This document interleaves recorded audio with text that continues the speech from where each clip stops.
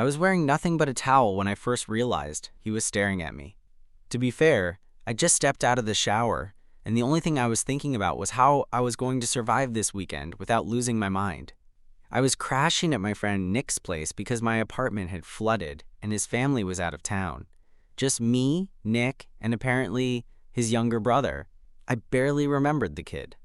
Last time I saw him, he was this scrawny, brace-faced middle schooler who always wore basketball shorts and smelled like Axe body spray. But when I turned the corner into the hallway and caught his eyes for the first time in years, something shifted. He was taller, lean, but solid. The braces were gone, replaced by a smug little half-smile that made me feel suddenly too naked. I froze. He didn't. He leaned against the wall, arms crossed, eyes traveling up and down in a way that wasn't subtle. His voice was deeper now. Still familiar, but lower, more confident. "Didn't realize you were staying here," he said. I clutched my towel a little tighter. "Yeah, just for the weekend." He nodded, like he already knew. "You look different." "So do you," I said, trying to keep my tone neutral. "Better or worse?" "Less annoying." I shot back, and he laughed. I brushed past him into the guest room and shut the door a little harder than I needed to. My heart was racing. It wasn't the towel. It wasn't even the way he looked at me. It was that weird flash of something in his voice, like he wasn't just teasing, like he knew exactly what he was doing. I thought that'd be it. A weird moment, easily forgotten. It wasn't. Later that night, we were watching a movie. Me, Nick, and his brother, Jake. That was his name. Jake. I'd forgotten until Nick said it, casually, like it didn't matter. Jake sat on the other end of the couch, sprawled out like he owned the place. Nick was between us, half asleep already. The room was dim, just the flicker of the TV lighting up our faces. And every time I glanced to the side, Jake was already looking. I don't mean glancing. I mean looking. And I was starting to feel it. The heat. The tension. The kind of awareness that settles deep in your chest and doesn't let up. When Nick finally stood and stretched, mumbling something about crashing early, I almost followed him, just to get away from that energy. But I stayed. I stayed because I wasn't sure if I was imagining it. And part of me didn't want to be wrong. As soon as Nick disappeared down the hall, Jake shifted closer. "You and my brother still tight?" he asked, voice low. I nodded. "Yeah, since college." "Cool." Another beat of silence. Then he leaned in slightly. "You're not what I expected." "What do you mean?" He smirked. "I always thought you were, like, straight edge. Boring. The kind of guy who never breaks a rule." I raised an eyebrow. "And now? Now I think you're hiding something." I didn't respond. I didn't trust my voice. He tilted his head, still watching me. "You ever notice when people are watching you?" I swallowed. "Sometimes." His eyes didn't move from mine. "I watched you today." I let out a breath. "I know," he grinned. Not cocky, not cruel, just certain. I stood up then, needing space. Air. Something. "I'm heading to bed," I said. He didn't move. "Cool, see you in the morning." But as I walked past him, his hand brushed against mine. Just for a second. Accident? Maybe. But it didn't feel like one. And that night, lying in the guest room bed, staring at the ceiling in the dark, I couldn't stop thinking about it. That look. That smirk. That touch. Jake wasn't a kid anymore. And I wasn't sure I wanted to pretend he was. The next morning, everything was normal. Or it tried to be. Nick was already up, scrambling eggs in the kitchen, music playing from his phone like nothing had shifted overnight. Jake was barefoot, leaning against the counter, drinking orange juice straight from the carton. He didn't look at me when I walked in, didn't say anything, didn't smirk, didn't glance. It was like the hallway and the living room, and that brush of our hands hadn't happened at all. I should have been relieved. Instead, I felt weird. Like I was the one who'd imagined everything. Like I was the one playing it up in my head. "Morning," Nick said. "Hope you like your eggs overcooked." Jake refuses to learn timing. Jake gave a mock salute. "Military style, baby." I grabbed a coffee mug and poured half a cup, watching him from the corner of my eye. He was wearing a tank top this time. Gray, stretched out, one side dipping low enough to show a good slice of chest. And for some reason, that annoyed me. Because he knew. He had to know. We ate breakfast like a sitcom family. Eggs, toast, stupid jokes. Nick did most of the talking, telling stories about work, about this girl he matched with on Bumble, about his boss who kept forwarding him 2 a.m. emails like a psychopath. Jake played along. I nodded. But my mind kept drifting. To the night before. To the quiet. To the hand. To whether or not I should say something. I didn't. Not that day. We all had our own stuff going on. Nick went to run errands. I stayed back to catch up on emails. Jake disappeared into the garage, where he apparently had some kind of home gym setup. The hours crawled by. Around 5, Nick came back with groceries and beer. "Movie night again?" he asked. "Sure," I said, too casually. Jake passed behind me, close enough for the hem of his shirt to brush my elbow. "Cool," he said. "I'll pick the movie tonight." Something about the way he said it made me feel cornered. "You're imagining things," I told myself again. And maybe I was. Until later that night, we were on the couch again.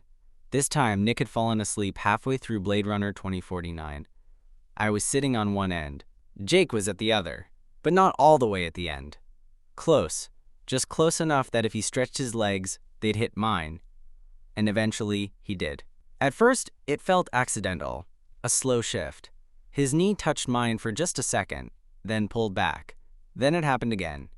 This time, he didn't move. I didn't either. I stared at the screen, pretending to watch, pretending not to feel his leg pressed lightly against mine. Nick snored softly, head tilted back. The room was low-lit, quiet except for the movie. And then I felt it. Jake's fingers. Not grabbing, not bold. Just lightly brushing the edge of my hand on the cushion. Barely touching. I didn't move, didn't look at him, but my skin was buzzing. After a few seconds, his hand moved away, like he was testing me. Or himself. I stood up suddenly. "I'm gonna grab water." In the kitchen, I leaned against the counter and tried to breathe. What the hell was I doing? Jake followed a minute later.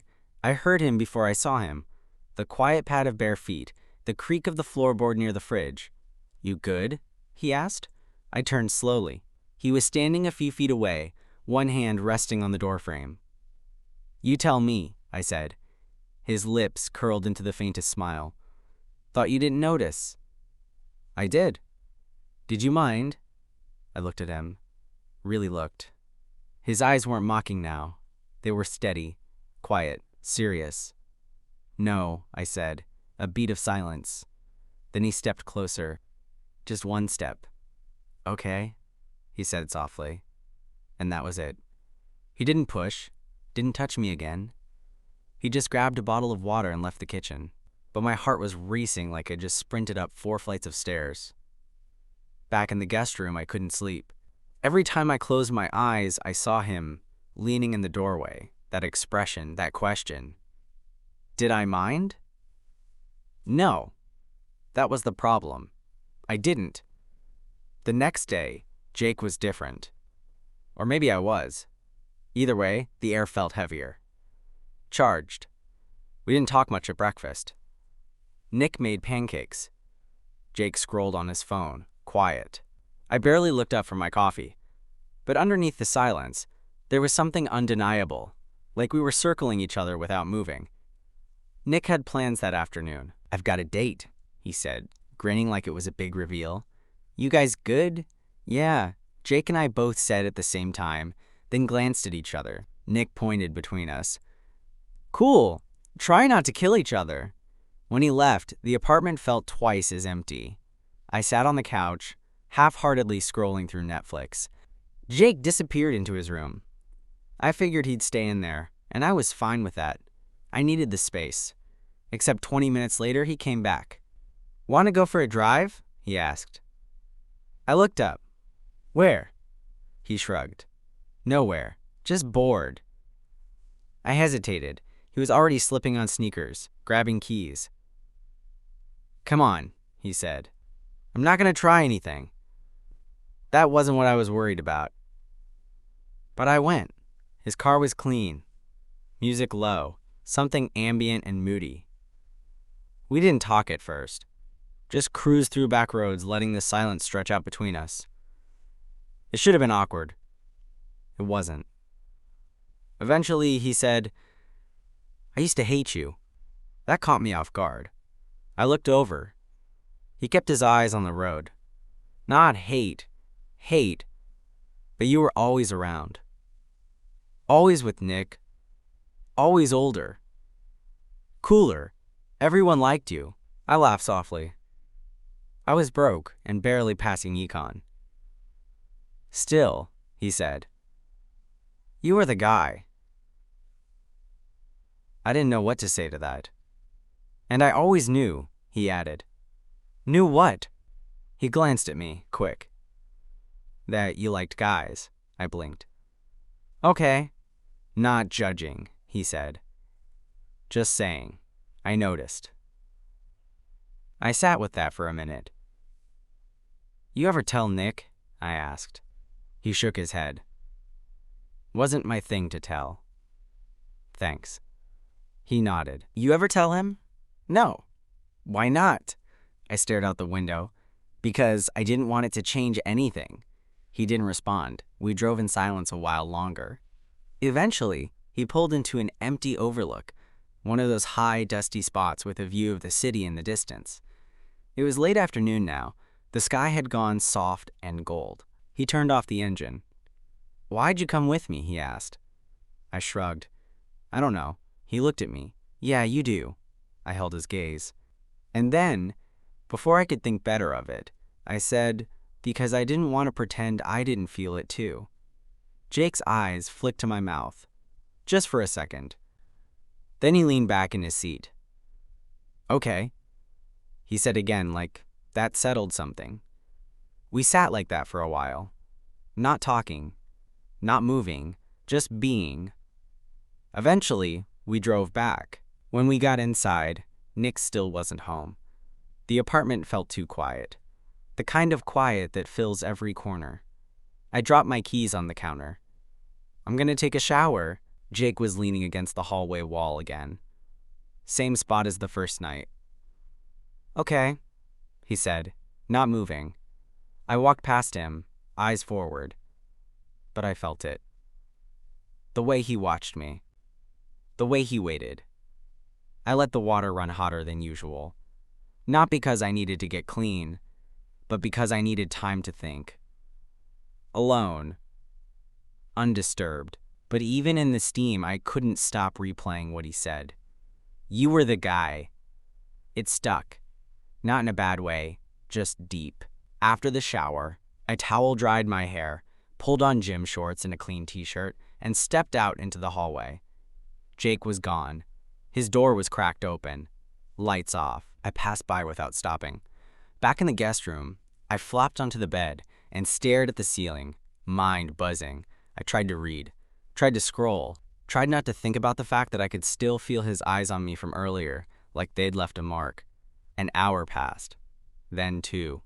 Nick texted around 8, still out. "Might crash at hers. You good?" I typed back, "All good." Then I sat in the quiet, waiting for nothing, until a soft knock hit my door. I looked up. Jake was standing in the doorway, barefoot, hair messy, holding 2 bottles of beer. "Peace offering," he said. I sat up. "You starting a war? One didn't notice?" He grinned, walked in, and handed me one. "No label," I said, eyeing the bottle. "Homemade? Nick's college roommate used to brew. Left a bunch in the garage." I took a sip. Hoppy, a little sour. Stronger than expected. Jake sat down in the desk chair, spinning it once before settling. We drank in silence for a bit. Then he asked, "Why didn't you tell Nick?" I looked at him. You said you didn't want it to change anything, he went on, but do you think it would have? I don't know, I said honestly. He's never given me a reason to think it'd be a big deal. But you never know how someone's going to react until you say it. Jake nodded, rolling the bottle between his hands. Guess that's true. I watched him for a moment. The slope of his neck, the way his foot tapped slightly against the floor. You ever come out to him? I asked. He laughed once. To Nick? Hell no, I raised an eyebrow. So you are? He hesitated. Then, I'm figuring it out. That landed in the middle of the room, soft but heavy. He looked up at me. You're the first guy I've ever said that to. I didn't know what to say. My throat felt tight. He took another sip, then stood slowly, walked over, sat on the edge of the bed.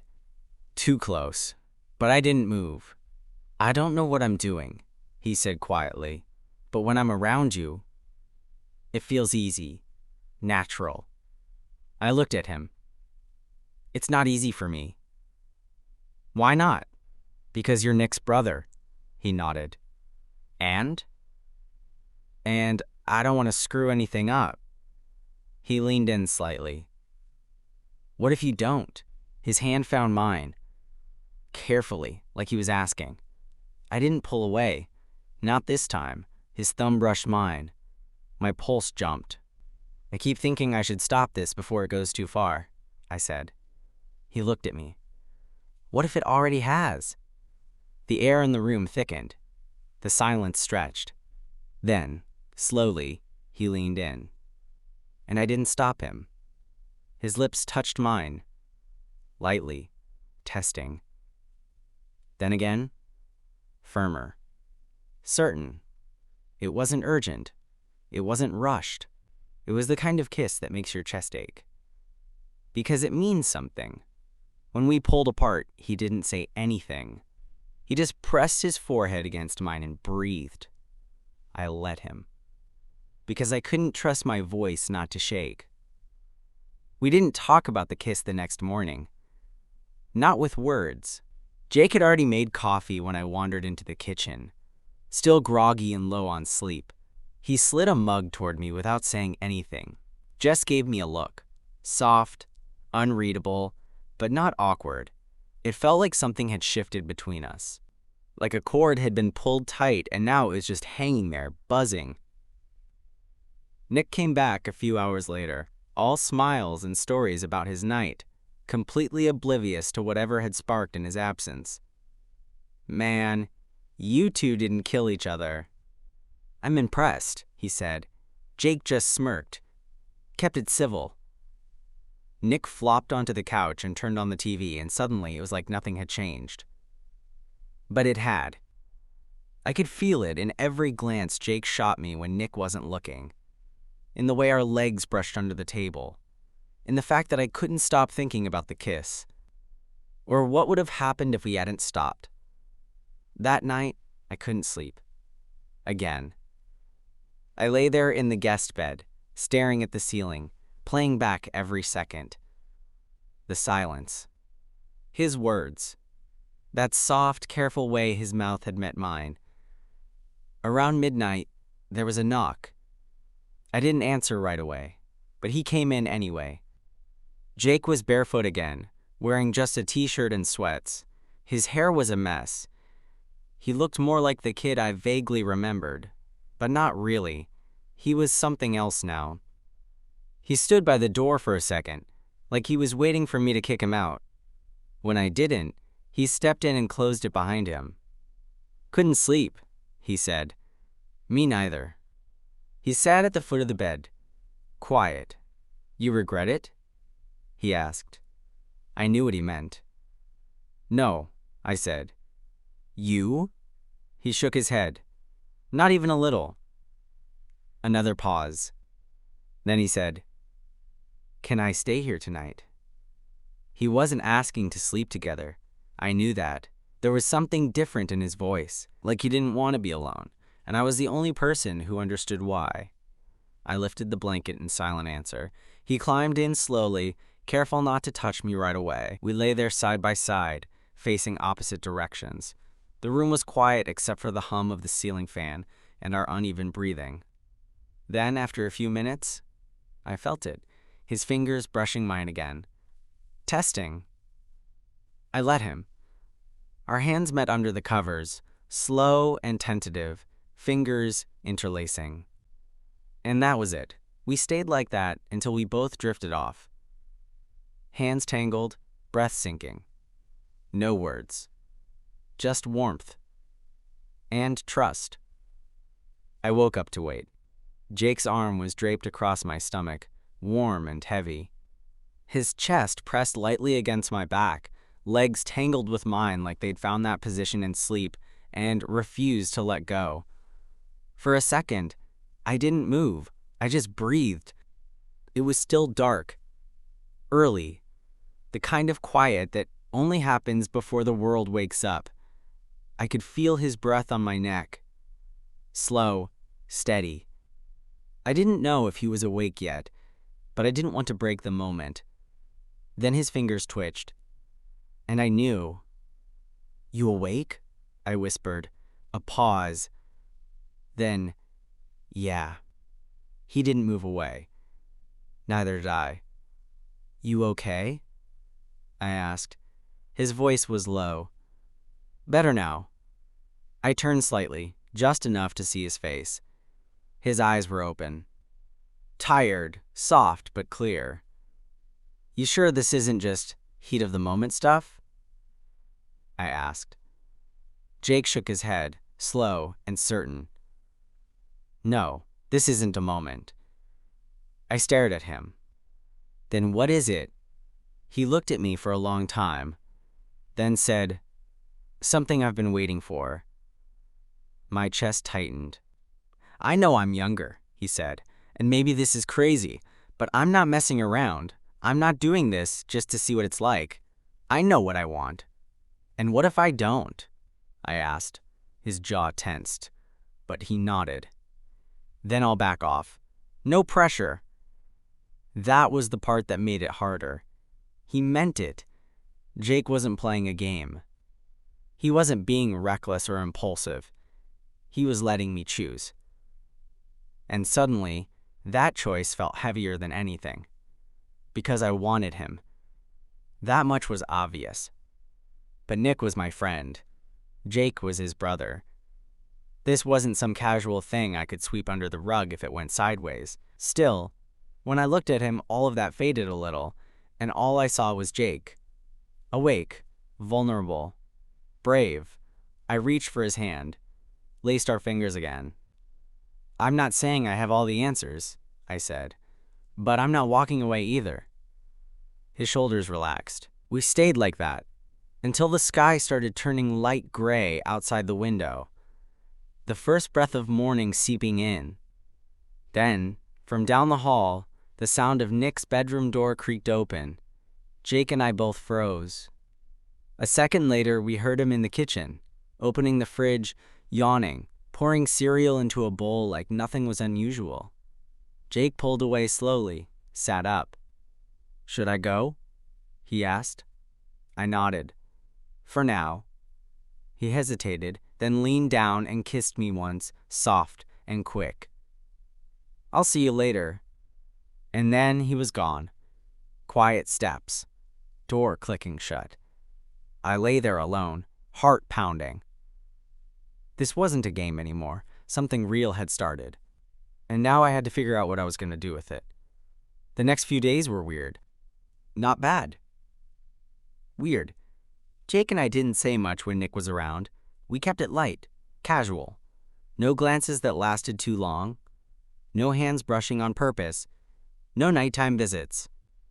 But every now and then, something slipped through, like the way Jake would look at me when Nick wasn't watching. Or the way he'd find a reason to stand just a little too close when we were in the kitchen. The small stuff, the quiet stuff, no one else would notice. And it was driving me crazy. Because I wanted more. But I was also scared of what more meant. Then, one afternoon, Nick dropped it on us out of nowhere. So, I've got to head up to Santa Barbara for a couple days. Work thing. You guys good here? My stomach flipped. Jake didn't even blink.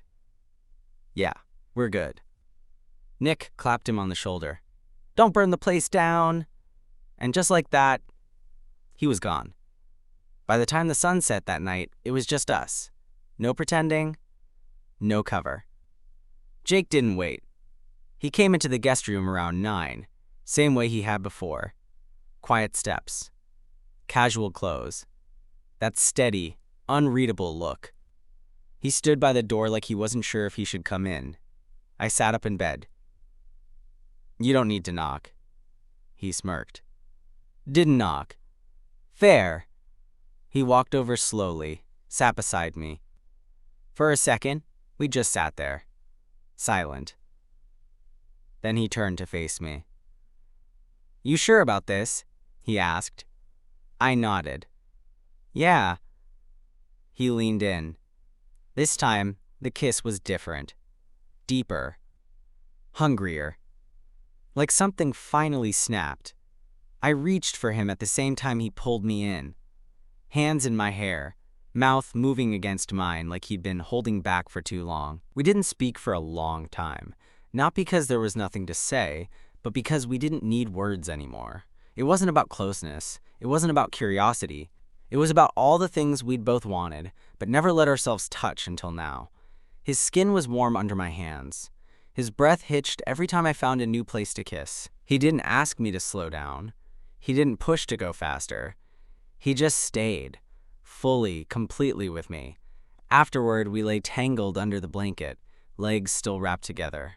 Jake's head was on my chest, and I ran my fingers through his hair, gently, rhythmically. He whispered something then. So quiet, I almost missed it. I don't want this to end when Nick comes back. I felt a pang in my chest. Me neither, I said. I'm not saying we have to tell him tomorrow, he added. But I want you to know, I'm not doing this halfway. I'm not scared of what it is. I looked down at him. He looked so young and so certain all at once. I nodded. I believe you. Nick came back on Sunday evening. Suitcase in one hand, giant smoothie in the other. Jake and I were in the living room when he walked in, watching a movie, sitting just far enough apart for it not to raise questions. Miss me? Nick asked, grinning. Jake rolled his eyes. The silence was amazing. I played along. The dishes weren't. He dumped his stuff by the door and flopped onto the couch with a groan, wedging himself right between us. I feel like I aged 10 years on that trip. Jake looked over him at me, just briefly. A flick of the eyes. I looked back. That night, Jake didn't come to my room, and I understood why, because now we were back in reality, and reality came with choices. Timing, risk. The next morning, I was packing up my stuff, getting ready to head back to my newly dried out apartment, when Jake knocked on the door. Nick was in the shower. Jake stepped inside, closing the door gently behind him. You going already? He asked. I nodded. Gotta get back to pretending I'm a functioning adult. He tried to smile. Right. He watched me for a second. Then said, Can I ask you something? Yeah. What now? It was the question we'd been circling since the first night our hands touched. Since the first kiss. Since he crawled into my bed and stayed, I zipped my bag slowly. We don't have to decide everything now, I said, but I don't want this to be something we pretend didn't happen. Jake stepped closer. So what does that mean? It means I want to see you again, I said. Outside this house, outside this bubble. And Nick? I exhaled. Eventually, we'll tell him. You think he'll freak? I smiled. Probably, at first. But he'll come around. Jake nodded. Then, without asking, he leaned in and kissed me. It was quick, but certain. I want to see you again, too, he said. A pause.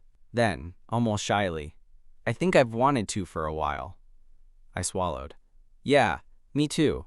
He walked me out, kept it casual in front of Nick, just a bro-style fist bump and a half wave. But when I turned back before getting in my car, he was still standing in the doorway, watching me, that same quiet certainty in his eyes. Later that week, I got a text. "Jake, so you free Friday?" I didn't need to ask what he meant. I just smiled and typed back, "Me, always."